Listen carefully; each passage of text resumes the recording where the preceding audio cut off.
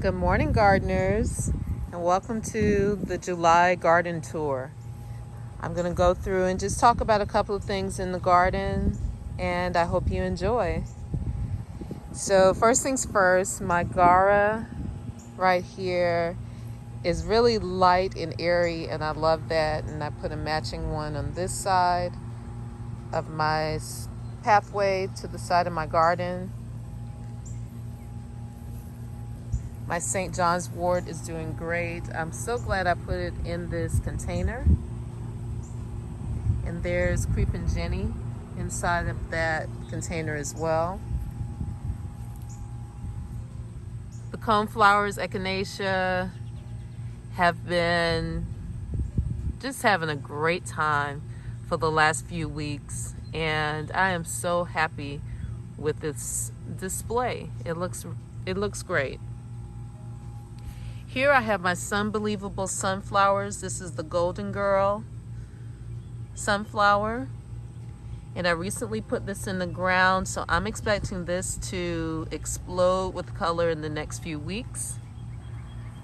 Right here I have a strawberry and vanilla hydrangea. This is the second year for this plant in my garden. Right here I have the Sunny Border Veronica. Let me zoom in a little bit. That's the Sunny Border Veronica. It's much taller and thicker than the Veronica that I have here. And this is the second year for this in my garden. But I just recently put this one in. This was on clearance at Lowe's, so I just put that one in. And I also picked up these recently, more of the powwow cone flowers, because I want these to flank the bird bath. These two patches of coneflower. Eventually I'm going to fill in this edge with the lamb's ear. So as I continue to divide that, I'm going to fill that in. The elephant ear is having a great time in this spot. I was concerned because it gets direct sun most of the day, but I just try to make sure to keep this one well watered. My Verbena Bonariensis is still popping. It is so gorgeous.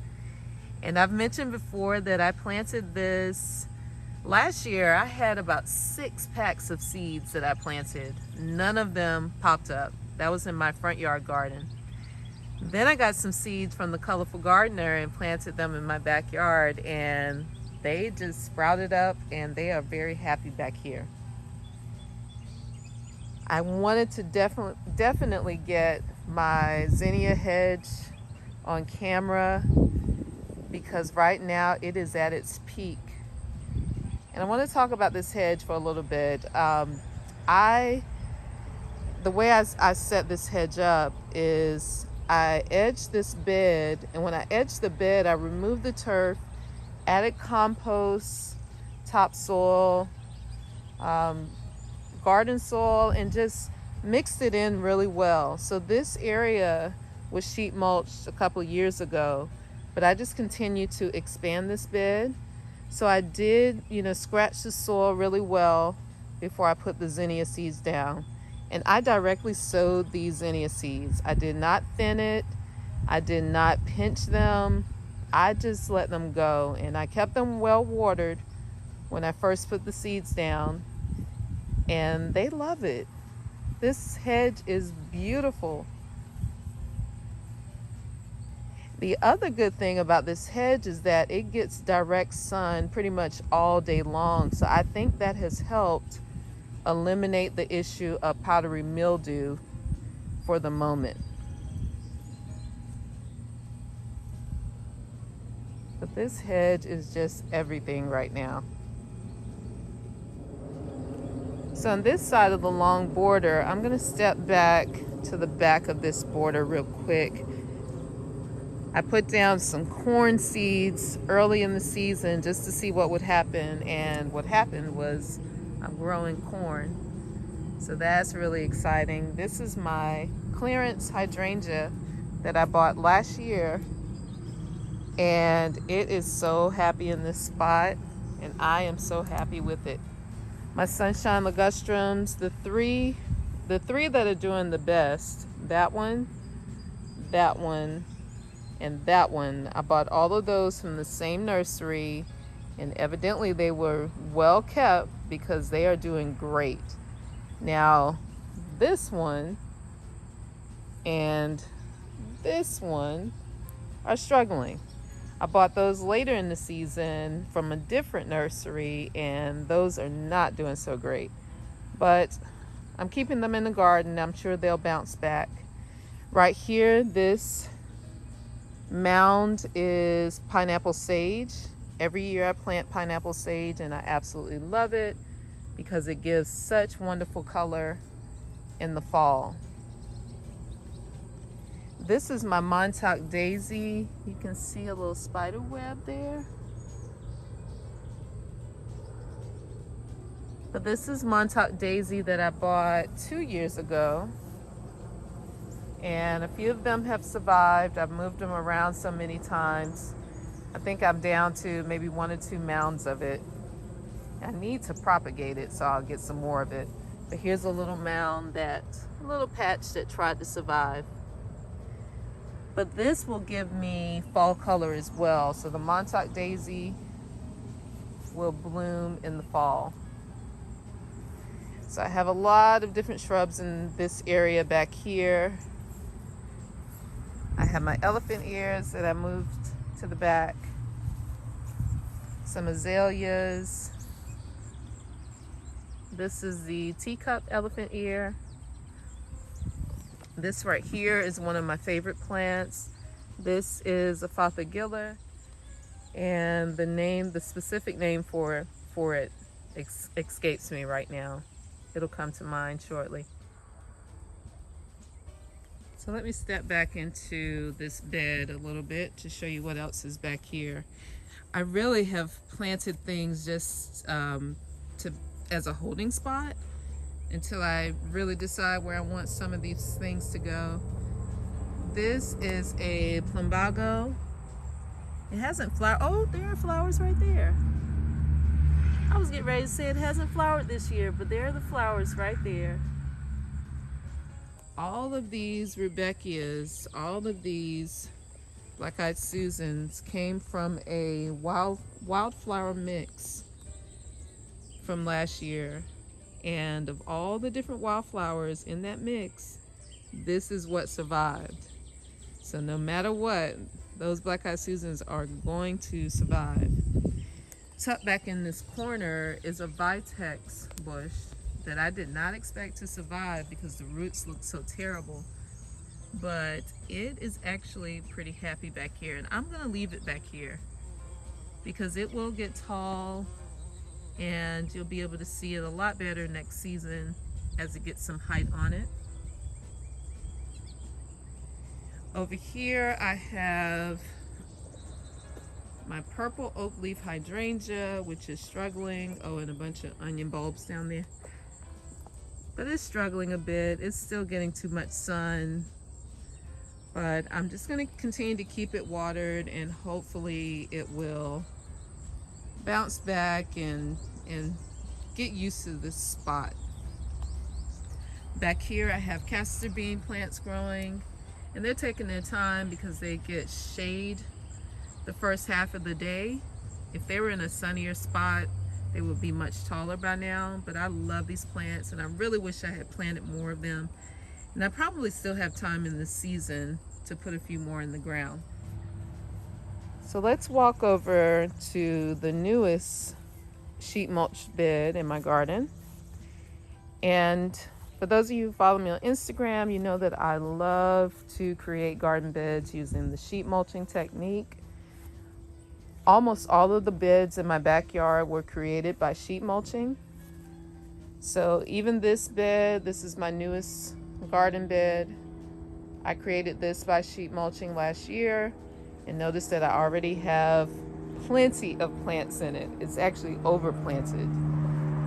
But sheet mulching is the way to go for me.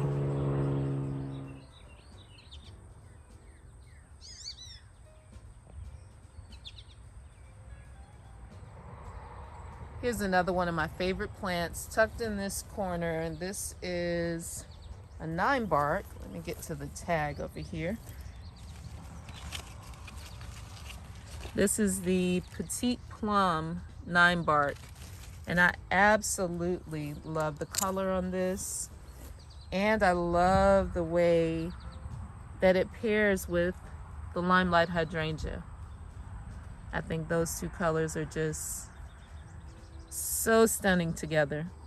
This entire border garden is at the back of my yard, and I call this area Juvie because I had to rejuvenate this area. I have a Eleagnus growing here, silverberry, some swamp sunflowers, crepe myrtles. I recently planted snowball viburnum here. And I have lots of things tucked in over here. And what I do is, if I want to dig up something, put it in another part of the garden, I will. There's a piece of cardboard back there, of course. But these sunflowers have done great. I seeded these sunflowers and Mexican sunflowers that you'll see as we come through. My cardoons, they're looking pretty rough, but they still provide architectural beauty. They're kind of funky looking, and I really like them. I thought for a second, maybe I should spray paint them, but I do not want to spray paint my plants. So we'll just keep walking through. A lot of black-eyed Susans. I'm embracing the black-eyed Susans because they love it here, and the color cannot be denied. This bright yellow cannot be denied. So over here, this is what I call my long border, my Crepe Myrtle. This is the first one that always comes into bloom. I have a garden bed here. It has strawberries and zinnias, but I'm debating on how I want to repurpose this area. Back here is my shrub border, part of the long border. I planted several evergreen shrubs because in the winter time, I wanted to have something to look at from my kitchen window. But all of these shrubs have really outperformed themselves, especially that Limelight Hydrangea. I bought that as a clearance plant last year. It was struggling, and look at it. I mean, you can't even see the whole thing from here. Look at all of that. It's magnificent. That's a double file viburnum here, and I'm really excited to see how that performs as well. I have another one, but it is hidden behind that mound of black-eyed Susans there. This is my island bed.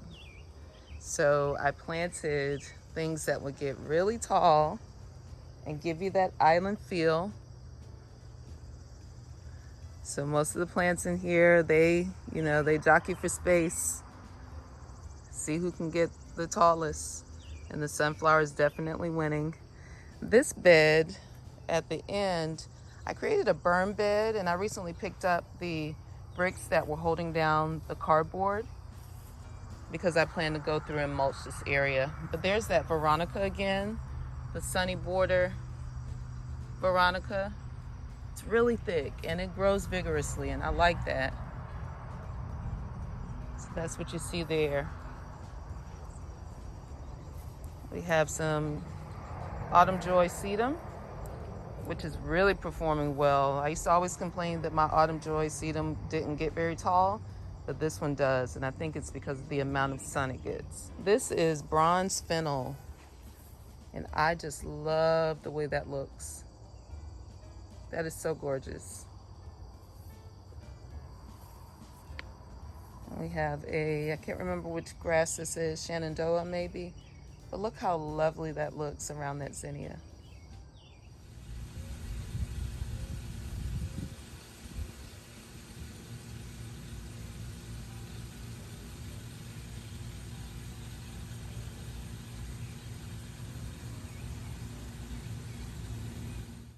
Hey gardeners, thanks for joining me on this tour today. I look forward to sharing my garden with you more and more throughout the season.